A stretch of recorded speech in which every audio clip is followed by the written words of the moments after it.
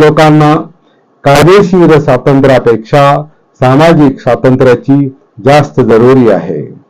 सामाजिक स्वातंत्र्य जोपर्यंत तुम्हाला प्राप्त झाले नाही तोपर्यंत तुम्हाला कायद्याने कितीही स्वातंत्र्य दिले तरी त्याचा काहीही उपयोग होणार नाही. तुम्हाला शारीरिक स्वातंत्र्य आहे असे काही लोक सांगतील. तुम्हाला कायद्याची मनाई नसेल तिकडे जाता येते, कायद्याची मनाई नसेल त्या प्रकारे बोलता येते, हे खरे, परंतु या स्वातंत्र्याचा काय उपयोग आहे? मनुष्य मात्राला जसे शरीर आहे तसेच मनही आहे. जितकी शारीरिक स्वातंत्र्याची आवश्यकता आहे तितकीच मानसिक स्वातंत्र्याचीही आवश्यकता आहे. नुसत्या शारीरिक स्वातंत्र्याचा काही उपयोग नाही. महत्व आहे ते मानसिक स्वातंत्र्याला. खरे म्हणजे शरीराचे स्वातंत्र्य कशासाठी असते? ज्याला त्याला मनसोक्त व्यवहार